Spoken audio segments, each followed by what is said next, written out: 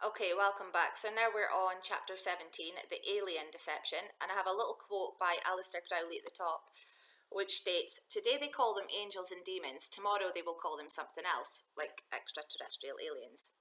Okay, chapter 17. So, contrary to popular opinion, aliens are not from other planets. They're interdimensional beings. As discussed, little green men and greys do exist, along with myriad other curious and grotesque creatures, but for the most part we don't see them. Fallen angels are, by definition, unidentified flying objects, like orbs are UFOs. Fallen angels can also manifest as UFOs, like Pastor Pete Valdez claimed his dad seen three UFOs, and when he rebuked them in Jesus' name, they turned into angelic beings and then vanished. As also mentioned, demons can assume any form they choose, and they visit people at night when they're most vulnerable and do all kinds of nasty things, like sometimes the aliens abduct people. Dr. Stephen Greer, founder of Disclosure in 1993, who's a big fan of interstellars, encourages contacting them through meditation. Greer was a meditation teacher. He studied the Vedic scriptures before he was a doctor, and he had a near-death experience when he was 17. He was an atheist until he knew better. This kind of communication between aliens and humans is categorized as close encounters of the fifth kind. There's notably 7 kinds of close encounters, like from seeing a UFO in the sky to cattle mutilations to contact and abductions and to creating hybrids. Some 200 different types of planetary species have been classified over the years. Most are humanoid, which Greer defines as having a head, 2 arms, 2 legs, and a torso. Thus, Dr. Greer takes groups out to the desert, whereby they sit in a circle and focus on making contact with ETs. They communicate telepathically and invite them to come. Sometimes they touch people, like on the head or the shoulder, and they often appear, like shafts of golden light appear, or a blue mist coalesces, or rainbow colours appear, and light orbs. Their crafts don't always fully materialise in our dimension. Greer states he saw golden orbs spinning for 30 minutes. They're beautiful. Greer concedes meeting them is life-changing, paradigm-shifting. Greer said he visualised a crop circle and sent it to the ETs, and they created it, so that was nice. Whilst Greer appears to be a force for good, a credible truther pushing for disclosure, in addition to calling out false flags in Vietnam, the non-existent weapons of mass destruction in Iraq and 9/11, he seems suspect. Whilst he likes to highlight that he's just a country doctor from Virginia who was dragged into all this, he writes briefings for CIA directors, prime ministers, and presidents, so he's no small fry. He claims he was offered $2 billion to keep quiet. Respectively, he seems to know what he's talking about. And respectively, he tells us that the military has bases on the moon. Greer concurs the footage of the moon landing is fake, but he insists we did go to the moon, and he should know, as apparently his uncle was a senior engineer who worked in the lunar module that landed on the moon in 1969. Apparently, when the astronauts got to the moon, it was crowded with UFOs, so they had to conceal the evidence of the silver discs parked there. But moreover, it's alleged the military shoots down our benevolent space brothers all the time. It's shocking. And they only want to be friends. Apparently, they gave us the technology to create smartphones in addition to lasers and other devices. They want to help us by giving us free energy and technology, but they hold back because we're maniacs who would probably decimate our world. They've been observing us a long time, and we're the worst. They've even intervened on occasion to prevent atomic bombs from detonating.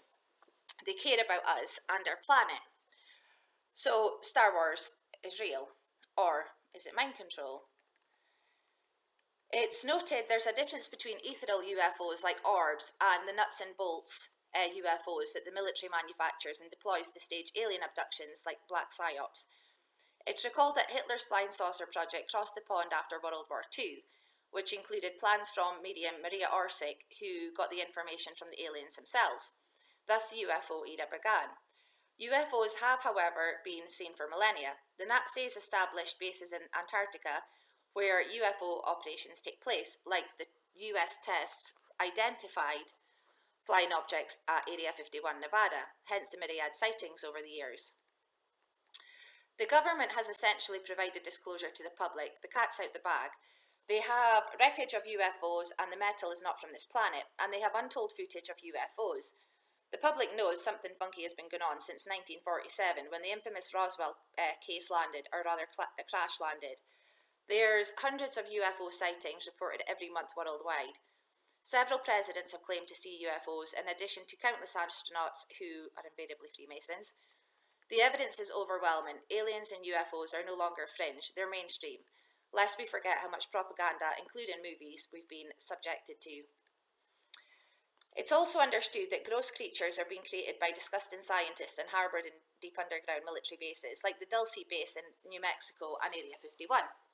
One whistleblower said the creature had what looked like an unfinished head with lumps and hair on it, without any definite structures, any definite features like eyes or ears, as well as appendages which looked like human arm stumps and small slender legs like those of a baby deer. An ex-CIA agent who called his work with aliens evil started crying as he said the human part of creatures would say, "Help me." That's both horrendous and heartbreaking. It's rumoured they also mass-produce greys. These could be androids, thus it seems there's physical greys and ethereal greys. It's recalled that fallen angels can masquerade as angels of light. They can trick us through their light shows. And it seems the reptilians that people see are seraphim fallen angels, or people who have metamorphosed into reptiles, as David Icke claims. It's said there's a breeding program going on and the Nephilim are back, as it was in the days of Noah. There's black-eyed kids and black-eyed adults, which indicates demonic possession, but also Nephilim DNA. Before we get to the scam at hand, it seems pertinent to mention the Foo Fighters that confused pilots during World War II. It's noted that feu comes from a combination of the French word for fire, le feu, and the German word for fire, Feuer. There were many reports of bright flying balls of light or spherical fire, and whilst they didn't attack anyone, they were disruptive. Like their presence disrupted electromagnetic signals and guidance and compass systems. We thought the Nazis were up to something funky, and they thought we were. Turns out it was the aliens. It suggested the Holocaust created intense spiritual activity which accounts for the Foo Fighters. This huge sacrifice to Satan opened a door or tore the veil. It's also, however, said that Jack Parsons, Crowley's protege, and the true father of America's space program, according to Werner von Braun, opened a portal through his black magic, dark Kabbalah, and these things came flooding in. He blew himself up and he never did close the spiritual door that he opened. It's noted that Crowley's sex magic ritual, which opened a portal and a grey came through, preceded Parsons. There was a surge of UFOs reported, and the military, who knew exactly what it was, had to do something. They had to come up with a cover story for the sheeple. Thus, they created overt operations like Project Blue Book and covert projects like Majestic 12 to investigate. It's understood that the CIA knew what this phenomenon was because the elusive Collins elite told them. This secret think tank was tasked to investigate, and they concluded it was all paranormal. There are no UFOs, but rather interdimensional entities, the kind that can be summoned in a seance. They realised that Parsons acquired technology from these entities through occult rituals, and some of the members began interacting with them, the infamous Ascended Masters, that is, fallen angels. So this gnosis was kept secret, and the public was given a wild alien chase with misinformation and disinformation. The whole debacle is shrouded in dark mystery. Abduction stories are invariably grim, like people are probed and raped. Dr. Greer, however, states the government is behind these dark psyops because they want the people to dislike interstellars. In essence, they've indoctrinated the sheeple with heliocentric cosmology, which leads them down the garden path to believe aliens are real and from another planet or star system. That's the big secret they've been hiding for years. They want us to believe that we're on a spinning globe that zips through space at insane speeds, despite evidence to the contrary. The sheeple are educated to believe we're basically a speck in an unfathomably large universe. We monkey men could not be more insignificant. Interestingly, Einstein said, "Education is what remains after one has forgotten what one has learned in school." And Einstein was in the club. He was set up to distract us from Tesla. We're also educated to believe that every star out there is a sun, and henceforth there's gazillions of planets. They want us to believe that they landed in the moon in their tin can, and we've been hearing about their ambitions to go to Mars for years. But they didn't land on the moon. It's ridiculous. like their evidence including their pictures of Ball Earth. President Nixon said Americans don't believe anything until they see it on television, like the moon landings, and like they watched Nixon on the phone to the Apollo 11 astronauts in real time, 240,000 miles away no less, so that's believable. Their beloved president, who allegedly raped Fiona Barnett so badly she needed stitches. Alas, the trust in sheeple.